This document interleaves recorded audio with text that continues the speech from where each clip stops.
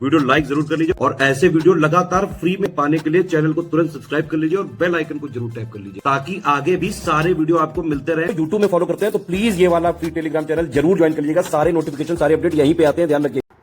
Hello everyone, welcome to study for civil services. I am Ichha Mishra और ये video series हमारी UPPCS mains के GS 5 और 6 के जो सिलेबस के पॉइंट्स हैं उनके लिए है और उनके पॉइंट्स के सिलेबस को हम क्वेश्चन आंसर्स के माध्यम से करने का प्रयास कर रहे हैं और ये बाइलिंगुअल सीरीज़ है हमारी। एंड आज का क्वेश्चन देखने से पहले मैं आपको बताना चाहूँगी कि आप हमारी पेड ग्रुप से जुड़ सकते हैं जो कि UPSC, BPSC, UPPSC, UP triple SC, EPFO जैसे सभी एग्ज़ाम्स के लिए अवेलेबल हैं और इनके संबंध में अधिक जानकारी आपको गिवन नंबर्स पर मिल जाएगी। साथ ही अगर आपने अभी तक हमारे फ्री टेलीग्राम चैनल को नहीं ज्वाइन किया है तो इसे जल्द से जल्द ज्वाइन कर लीजिएगा ताकि चैनल के संबंध में कोई भी अपडेट आप तक ईजिली पहुंच सके।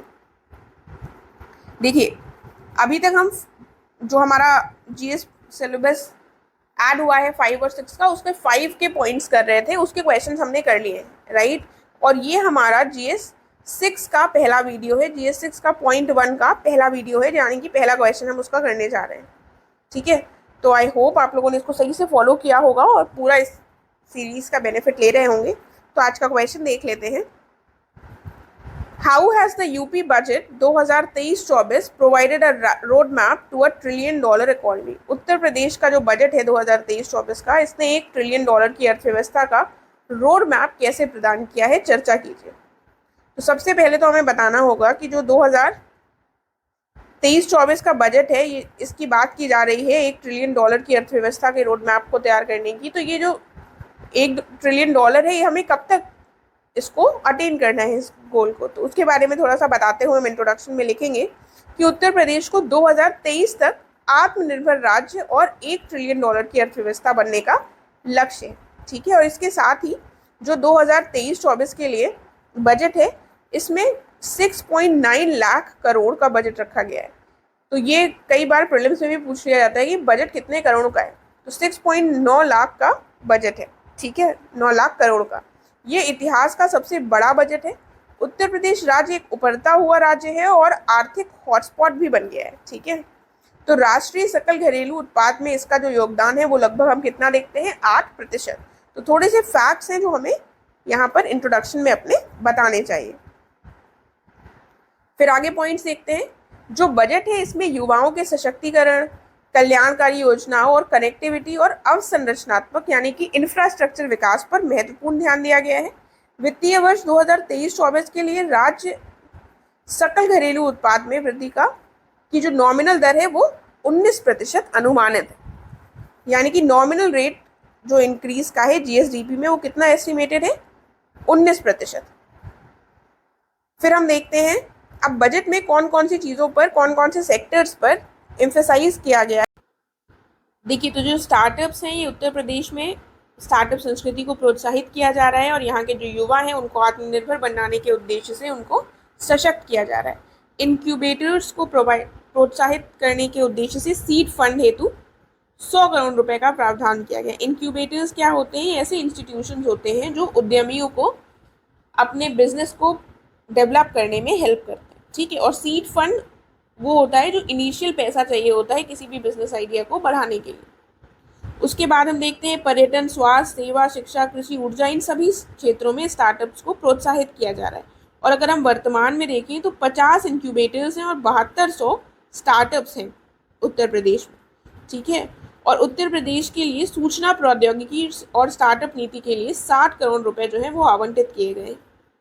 आगे देखते हैं इंफ्रास्ट्रक्चर, अवसंरचना की बात आती है तो बजट में उत्तर प्रदेश को देश में सबसे अच्छी तरह से जुड़े राज्यों में से एक के रूप में स्थापित करने के लिए हम देखते हैं एक्सप्रेसवे, सड़कों और मेट्रो के निर्माण के साथ कई सारे इंफ्रास्ट्रक्चर डेवलपमेंट का प्रावधान किया गया है, जिसके लिए 55,000 करोड़ रुपए एलोकेट किए गए हैं।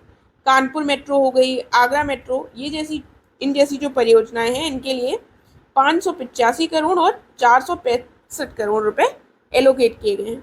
दिल्ली गाजियाबाद मेरठ कॉरिडोर, इसमें आगामी क्षेत्रीय रैपिड ट्रांजिट सिस्टम परियोजना के लिए 1300 करोड़ रुपए अधिक का आवंटन किया गया। तो इन सबका तो नहीं याद रख सकते, लेकिन कुछ का आप याद रख सकते हैं कितना एलोकेशन किया गया है। फिर हम देखते हैं एग्रीकल्चर क्षेत्र में। एग्रीकल्चर क्षेत्र में कृषि जो है, उत्तर प्रदेश कृषि पर ही निर्भर रहता है। एक बहुत बड़ी जनसंख्या कृषि पर आधारित है, कृषि पर निर्भर है अभी भी। तो कृषि हमेशा एक महत्वपूर्ण स्तंभ रहा है और फोकस नीति रही है किसी भी कोई भी गवर्नमेंट हो जाए। तो वित्तीय वर्ष 2022-23 के बजट में निजी ट्यूबवेल उपभोक्ताओं के बिजली पर 50% की सब्सिडी प्रोवाइड की गई थी और 23-24 के बजट में इसे बढ़ाकर 100% कर दिया गया है सब्सिडी को, जिसके लिए 1500 करोड़ रुपए का प्रावधान किया गया है। साथ में सरकार ने कृषि स्टार्टअप संस्कृति को बढ़ावा देने के लिए रिसर्च और इनोवेशन, अनुसंधान और नवाचार को बढ़ावा देने में निवेश किया है, यानी कि इन्वेस्ट किया है। इसके साथ ही हम देखते हैं कि agri tech startups incubation centre शुरू करने के लिए एग्रीकल्चर एक्सेलरेटर फंड के लिए 20 करोड़ रुपए का प्रस्ताव रखा गया है। तो agri tech startup incubation centres, इन सब के लिए भी अलग से प्रोवाइड किया गया है। आगे आता है टूरिज्म। टूरिज्म भी एक इम्पॉर्टेंट सेक्टर है जिसके माध्यम से इकोनॉमी को बढ़ावा दिया जाता है। इसमें अपार संभावनाएं हैं। राज्य में पर्यटन गतिविधि में निरंतर वृद्धि भी हम देखते हैं।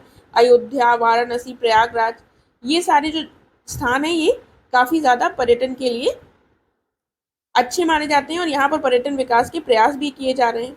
गोरखपुर में देवीपाटन, जेवर, दादरी, नोएडा, खुर्जा और गोवर्धन में आध्यात्मिक सर्किट का विकास प्रस्तावित है। तो गोरखपुर में देवीपाटन नहीं होगा, गोरखपुर देवीपाटन एक ये हो गया है हमारा सर्किट। उसके बाद जेवर, दादरी, नोएडा, खुर्जा और गोवर्धन, इस तरह के कई सारे हमारे सामने हमें दिखाई देते हैं स्पिरिचुअल सर्किट्स। ठीक है, तो ये डेवलप किए जा रहे हैं जिनसे कि टूरिज्म को बढ़ावा मिले। उसके बाद 50 करोड़ रुपए से की जो लागत है, इससे लखनऊ के कुकरेल में अपनी तरह का एक पहली नाइट सफारी शुरू की जा रही है। ठीक है, इससे भी टूरिज्म को बढ़ावा मिलेगा। धार्मिक और आध्यात्मिक पर्यटन केंद्रों से जुड़ी जो सड़कें हैं उनके भी विकास से संबंधित धर्मार्थ मार्ग परियोजना चलाई जा रही है और इसके लिए 1000 करोड़ रुपए निर्धारित किए गए हैं। तो ये सारे सरकार के प्रयास है टूरिज्म को बढ़ावा देने के लिए। फिर बात आती है नवीकरणीय ऊर्जा यानी रिन्यूएबल एनर्जी। राज्य में अगर हम देखें तो बिजली की खपत जो है ये 2028 तक 53,000 मेगावाट तक बढ़ने की उम्मीद की जा रही है और नोएडा की परिकल्पना एक सौर शहर के रूप में की गई है और बुंदेलखंड को हरित ऊर्जा के केंद्र के रूप में रूपांतरित करने की योजना है। और राज्य सरकार ने अयोध्या को मॉडल सोलर सिटी घोषित किया है और इसके साथ ही 15.75 करोड़ रुपए इसके लिए आवंटित भी किए हैं। तो इस तरह से रिन्यूएबल एनर्जी को बढ़ावा दिया गया है हमारे बजट में। तो ये जो स्टेप्स हैं हमने बेसिकली उन्हीं पर फोकस किया है जिन स्टेप्स के माध्यम से हम अपनी इकोनॉमी को और बढ़ा सकते हैं और $1 ट्रिलियन की इकोनॉमी बना सकता है उत्तर प्रदेश। ठीक है, तो हम कंक्लूजन में क्या लिख सकते हैं, $5 ट्रिलियन की अर्थव्यवस्था की दिशा में भारत का जो संकल्प है, इसमें उत्तर प्रदेश की जो भूमिका है वो बहुत इम्पोर्टेंट हो जाती है और उत्तर प्रदेश बजट 2023-24 में इस महत्वाकांक्षा के प्रति राज्य के योगदान को मजबूत करने के लिए कदम उठाए गए हैं कि कैसे हम इस दिशा में आगे और सुदृढ़ कदम उठा सकते हैं। तो हमने उसी पर बेसिकली फोकस किया है, कौन कौन से स्टेप्स लिए गए हैं इस डायरेक्शन में। तो आपको भी वही वाले स्टेप्स बताने होंगे, राइट। इसके साथ हमारा ये कंप्लीट हो गया। अब हम मिलेंगे नेक्स्ट वीडियो में। Thank you so much.